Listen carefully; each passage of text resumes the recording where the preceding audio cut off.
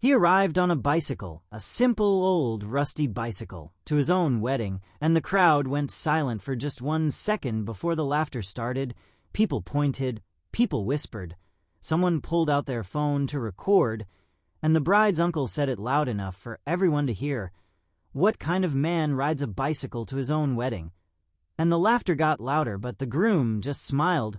He didn't look embarrassed. He didn't look angry. He looked calm, too calm, like he knew. Something nobody else in that wedding hall knew. And trust me, he did, because 20 minutes later police cars surrounded the entire venue, sirens screaming, lights flashing, and the people who were laughing the hardest were the ones sweating the most. And this is the story of Arjun, the bicycle groom, and what happened that day will shock you completely, so stay with me. Arjun grew up in a small town called Mirpur. Not a famous town, not a rich town, just a place where people knew each other's business a little too well. His father was a school teacher. His mother stitched clothes from home. They were not poor in spirit, but money was always tight, and Arjun never complained. He studied hard. He woke up early. He helped his mother carry fabric and helped his father grade papers at night. And the neighbors always said the same thing. That boy is good, but good. Doesn't pay the bills. And Arjun knew what it meant to wear the same shoes for 2 years. He knew what it meant to skip lunch so his younger sister could eat, but he never let bitterness grow inside him. Instead, he worked quietly, consistently, without making noise. He got a job in the city after college, a small job, simple salary. He didn't talk about it much. He didn't post about it online. He just worked, and when he came back to Mirpur to get married, everyone assumed he was still the same struggling boy from the small house on the corner. Nobody bothered to ask what he had been doing for the last 4 years. Nobody thought it mattered, because Arjun arrived in Mirpur on his old bicycle, just like always, and people saw what they wanted to see. They never looked closer, and that was their biggest mistake. Now Vikram was the bride's cousin, and he arrived at the wedding in a white SUV with shining rims and tinted windows and a driver in the front seat, and he stepped out wearing a designer sherwani with gold buttons and an expensive watch and perfectly set hair. And people actually clapped. Women said, "Wow, look at him." Old men nodded in approval. His father owned 3 shops in the city, and Vikram himself had never worked a real job in his life. But he had a car, so people loved him, and he walked around the wedding venue like he owned it, shaking hands, accepting compliments, laughing loudly, and the moment he saw Arjun, the moment he saw that old bicycle parked near the gate, his eyes lit up, not with kindness, but with opportunity, because this was his chance to shine brighter by making someone else look smaller.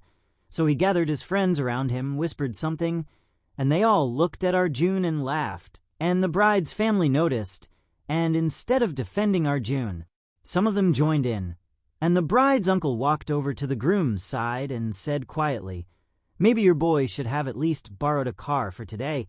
First impressions matter at a wedding." And Arjun's mother's face fell. She looked down at her hands.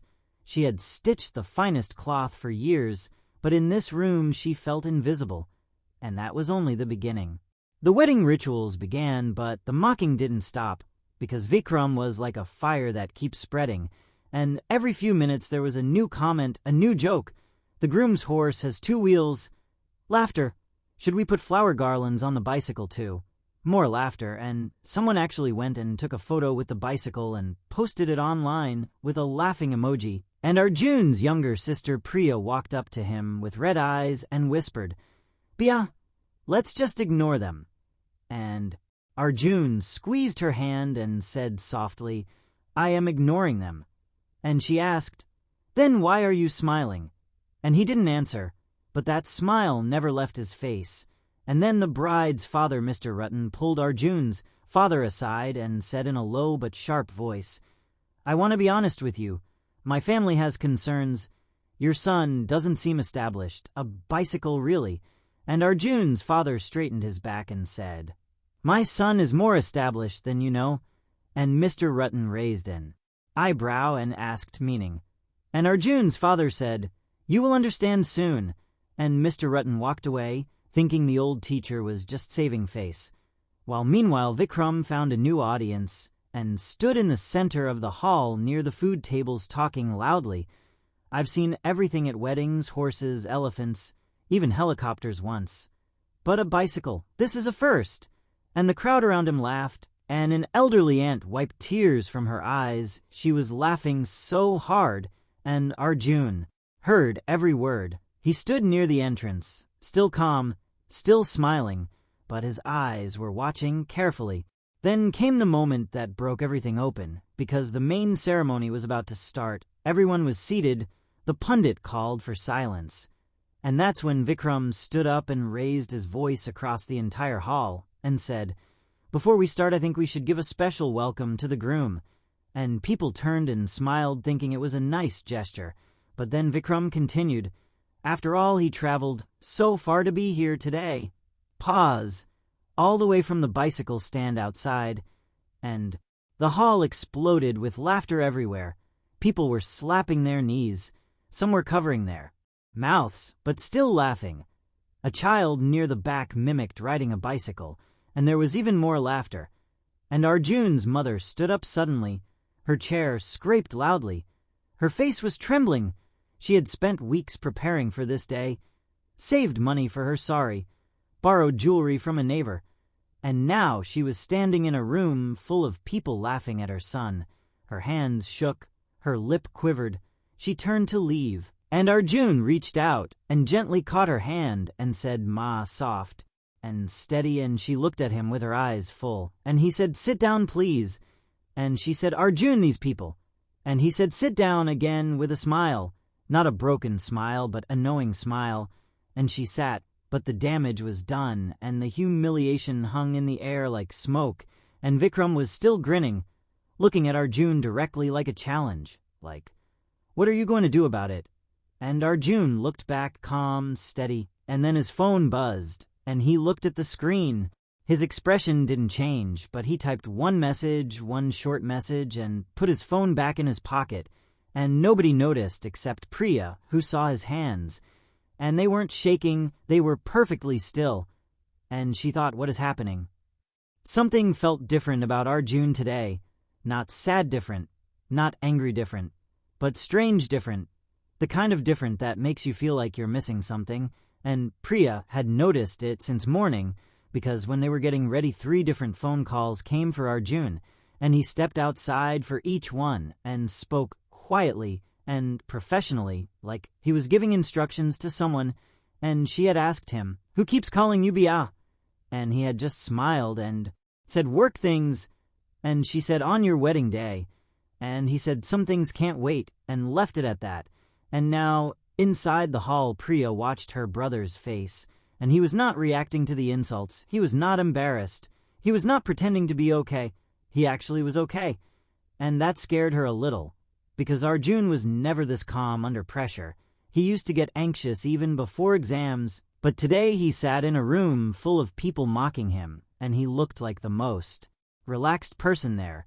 And even the pundit noticed and leaned toward Arjun between mantras and whispered, "Son, you are very calm for a groom." And Arjun smiled and said, "Good things are coming, Pandichi." And the old priest blinked and asked, "What do you mean?" And Arjun looked toward the main entrance of the hall and said softly, "You'll see."